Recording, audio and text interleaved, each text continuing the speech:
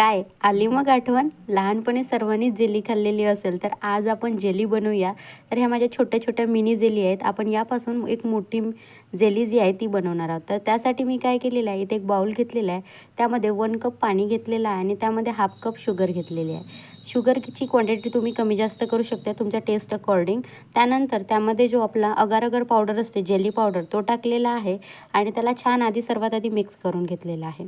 Mix केल्यानंतर गॅसवर ठेवलेलं आहे मी. गॅस सुरू केलं आणि त्याला छान बॉईल केलेलं आहे. तर जेव्हा आपण गॅसवर पाणी ठेवलेलं आहे तेव्हा आपली ही कन्सिस्टन्सी पाहू शकता. पावडर फॉर्म त्यामध्ये हलके हलके क्रिस्टल्स दिसत आहेत. पण जेव्हा ते शिजत येतं, जेव्हा ते क्वांटिटी शिजत येते, जेव्हा जेव्हा ती जेली बनण्याच्या प्रोसेसमध्ये येते, तेव्हा जो कलर आहे तो एकदम चेंज झालेला आहे. कुठलेही तिथे क्रिस्टल आपल्याला दिसत नाही आहेत.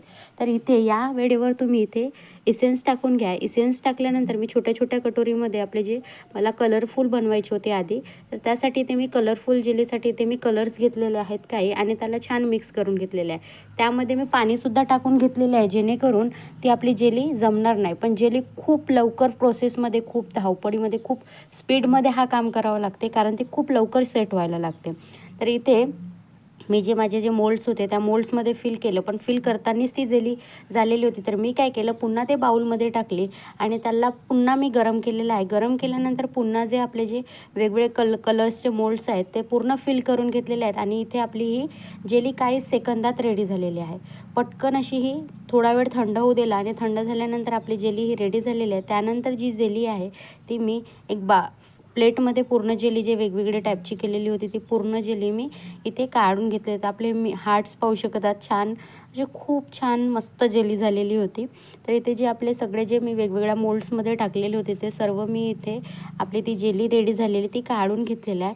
त्यानंतर काय घेतलेलं आहे, माझ्याकडे एक टीन आहे. तर त्या टीनमध्ये मी ही जी जेली आहे आपली छोटी छोटी, तर ही सर्व जेली मी टाकून घेतलेली आहे. मला काय करायचं होतं की ती जेली टाकल्यानंतर पुन्हा आपण सेम पद्धतीने पुन्हा बाउलमध्ये त्याच क्वांटिटीमध्ये आपण जेलीसाठी एक रेडी केलेलं होतं बॅटर. बट ते केल्यानंतर मला असं वाटत होतं ते ट्रान्सपरंट दिसणार. बट ते काय झालं, ते ॲड केल्यानंतर ते गरमागरमच मी इथे सेम ॲड केलेलं आहे, तुम्ही पाहू शकता. तर ॲड केल्यानंतर काही तास मी ते त्याला तासही नाही, काही 15 मिनटे मला सेट व्हायला ठेवलं, कारण क्वांटिटी जास्त होती.